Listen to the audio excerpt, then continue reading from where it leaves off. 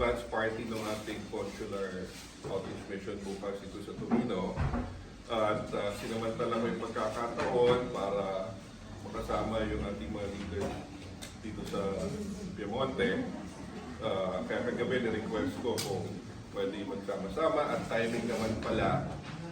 Ngayon natin sineselebrate yung actual 29th anniversary ng ACTIL. Ngayon, dumating ako 2 weeks ago sa Barrio Fiesta. Akala ko yun. Kaya nakita ko nga itong cake na to. Sayang, nakalis na ako. Tikman na tikman yung ginawa ng Celeste. Alam ko, natikman ko na yung cake si Celeste, kaya nakita ko na naman siya. Ba?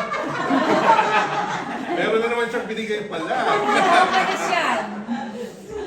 Binigay pala, diba? Kamukha yan nung binigay niya sa konsulado.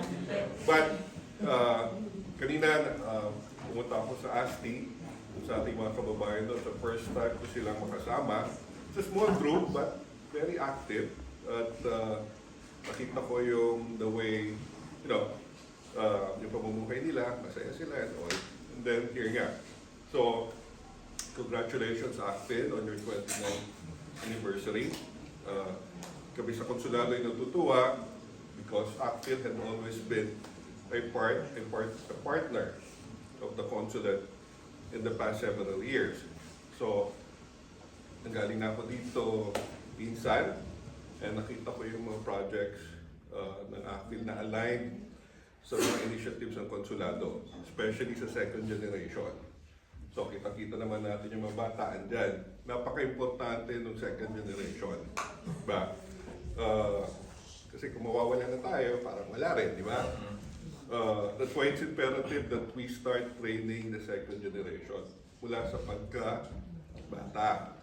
Kaya whenever we have clients in the consulate na kasama yung mga babies, kinakausap yung parents to make sure na please yung mga anak nyo, palakihin nyo bilang mga tunay na Pilipino. And whenever I see children who speak Ilocano, Tagalog, Kapampangan, Bisaya, that is our Tagalog. At yung pag nakita kayo, nagmamano, ito alam ko, maganda yung pagpapalaki ng mga magulang. And masaya rin kami,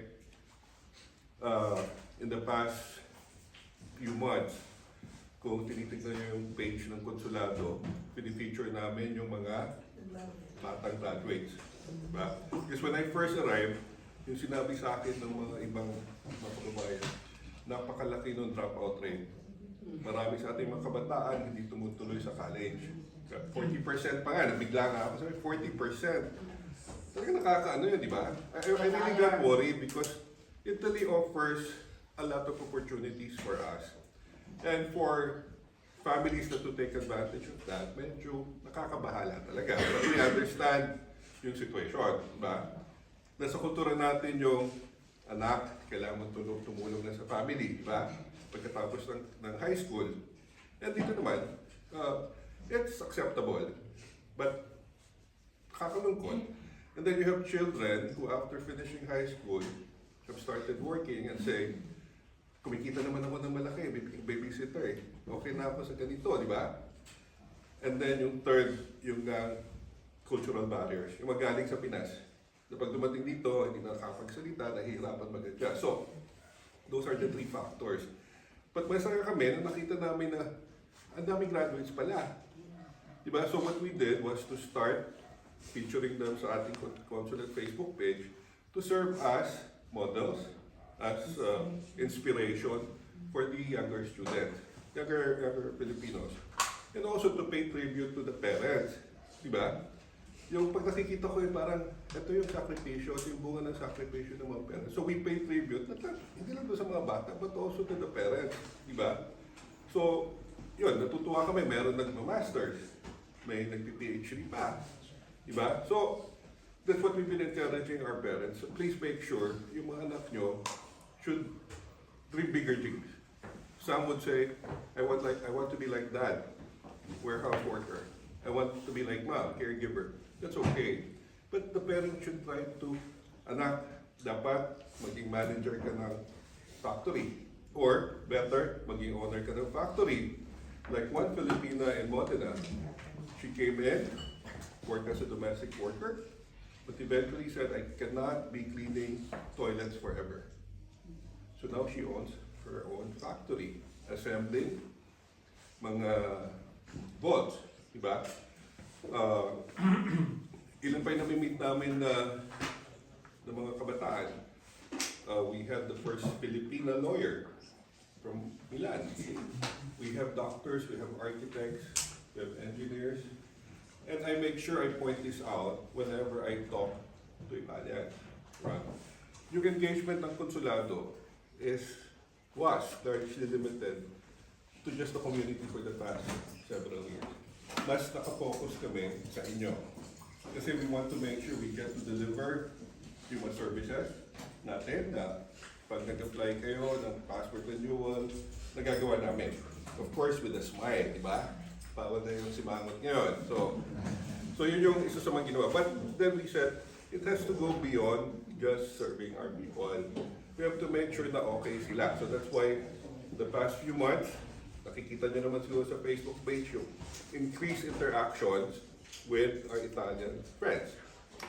But sadly, you know, when I engage them, I realize they really don't know who we are as a people.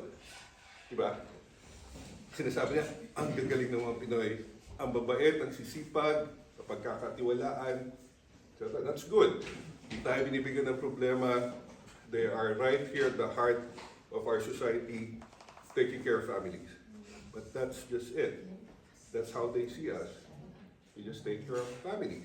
90% of Filipinos in Italy are working for families. Tawag natin dyan, household managers. Diba? And we really are quite good.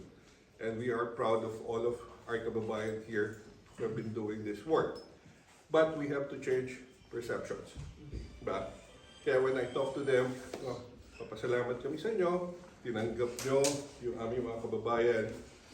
200,000 po kami rito, the biggest in all of Europe, at least EU. But do you know most of them are college graduates? Do you know some of them are professionals? They don't. They don't know that. So you need someone to tell them that, diba? How many of them know that we have nurses like him? Kaponte, diba? Kasi yung napako na sila dun sa ganun eh. And then they would say, they would think we still come from a third world country, diba? The poor man of Asia. Kasi yung first wave na dumating, bakit kayo nandito? Eh kasi naghirap sa amin eh, diba? May political repression. So, yun yung natanim, diba? Third world, magulo, etc. And of course, hindi nakakatulong yung media. Kailan ba nila nababasa yung Pilipinas o nakikita sa TV? Diba? Pag may bagyo, sinalanta ng bagyo, earthquake, diba? Or political, ano, diba? So, medyo gano'n. So, ako sinasabi ko, you know, thank you for embracing us like your own. Because of your hospitality, your kindness, your generosity, our people here were able to improve their lives. And as a result, their contribution to the Philippines, the 200,000 Filipinos, as well as the 14 million others all over the world, have transformed the Philippines into what it is today, which is one of the fastest rising economies in Asia. Hindi nila alam yun, diba?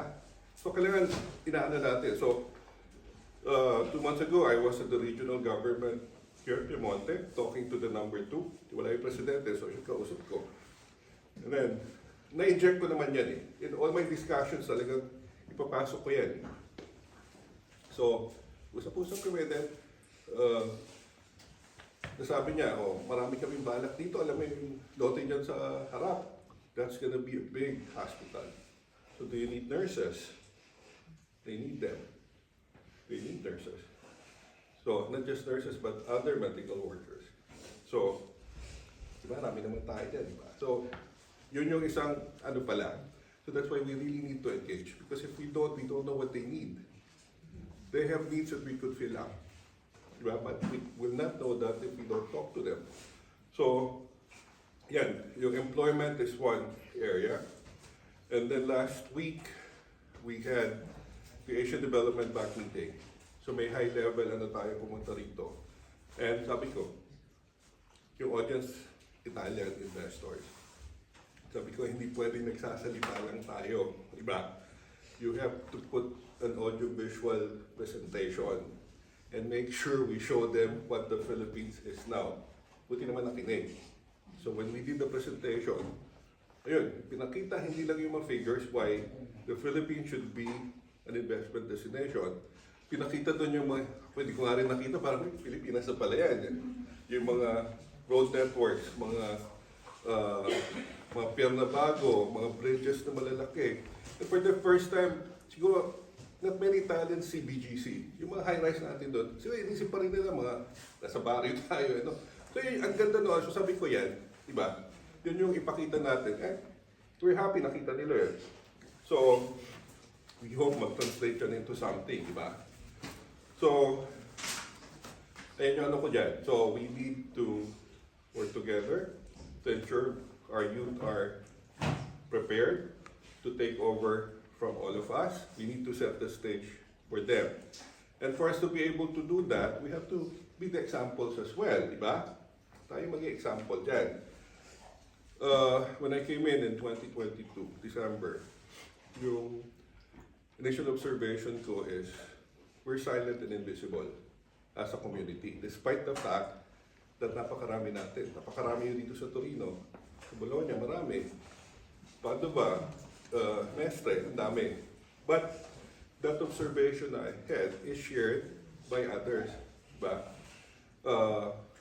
Sabi nung ilan sa inyo sa akin, Konyon, bakit yung mga ibang lahi, kararating lang dito, diba? Tumawid ng dagat, tapos dito, mas marami silang benepisyo kaysa sa atin. Diba? Sa housing, may allowance pa sila. Eh, kami nagbabayad kami ng tax. Diba? But, tama, observe. But, bakit nga gano'n? Kasi we cannot articulate yung gusto natin dahil watak-watak tayo. Diba? Kanya-kanya eh. Diba? So, ano yung naging trust ng konsulado?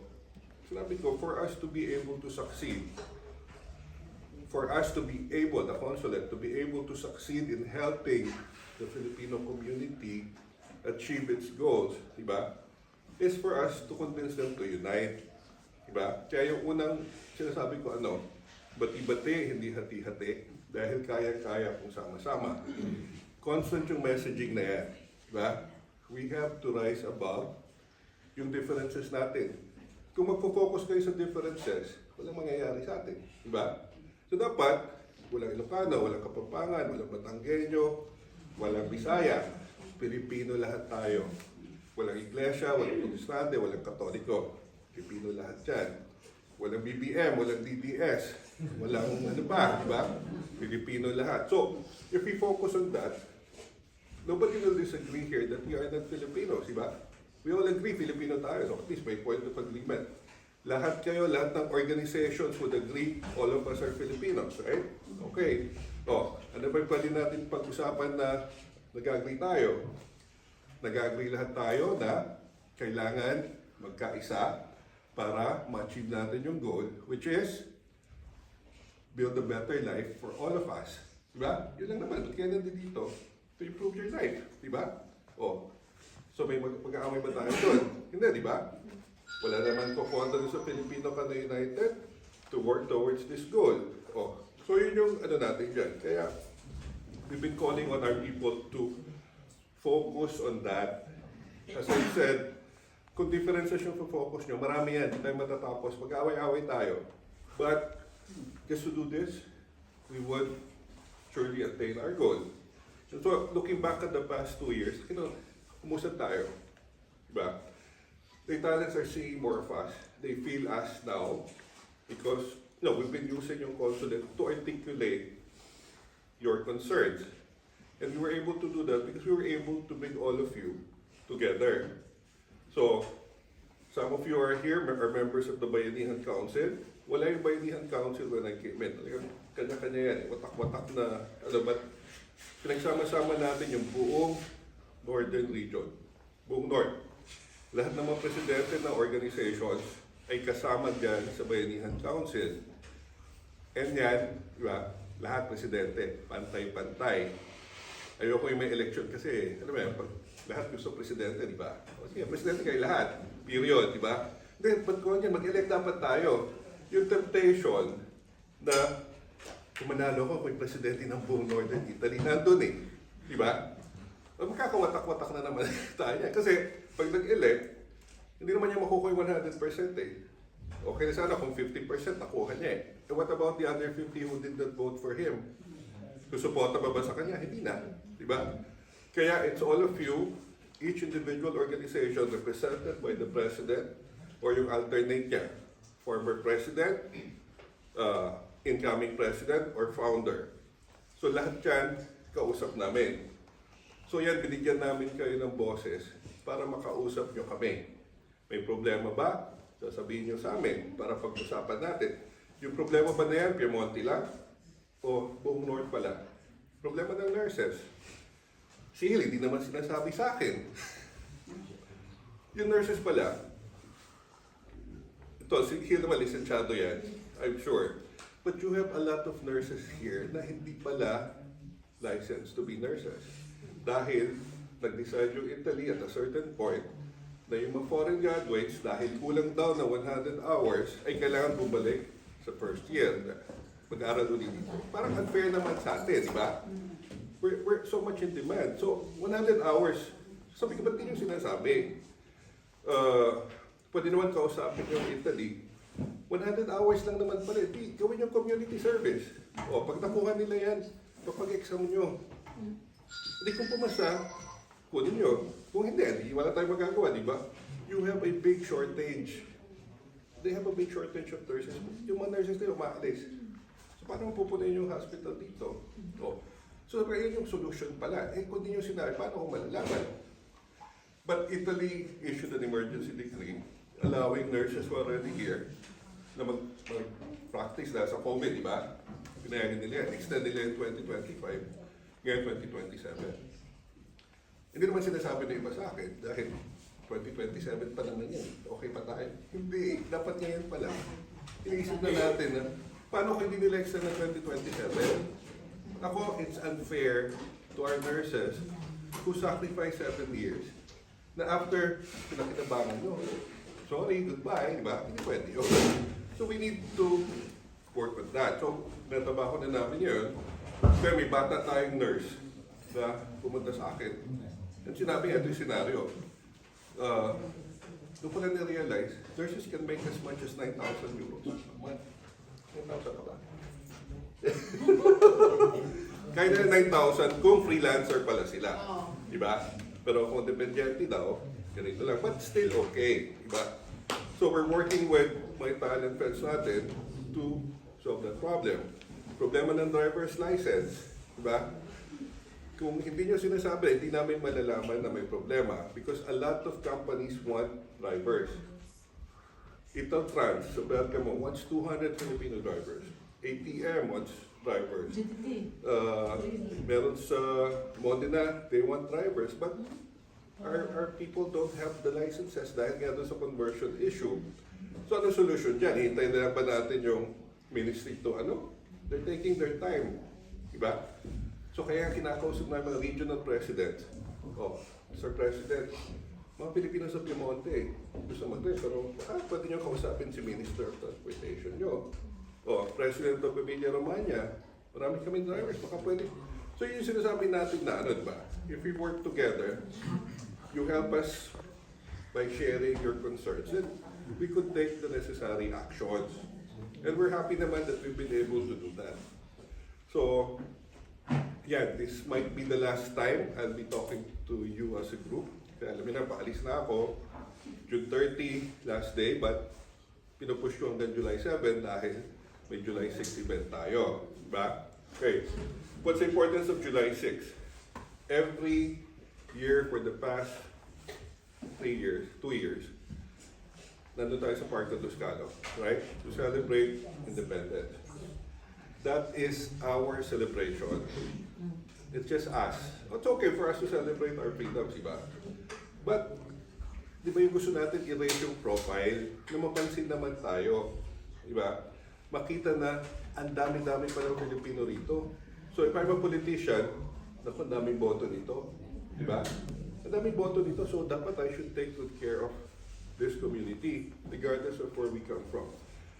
But for this particular year, we're combining Independence Day with Philippine-Italian Friendship Day.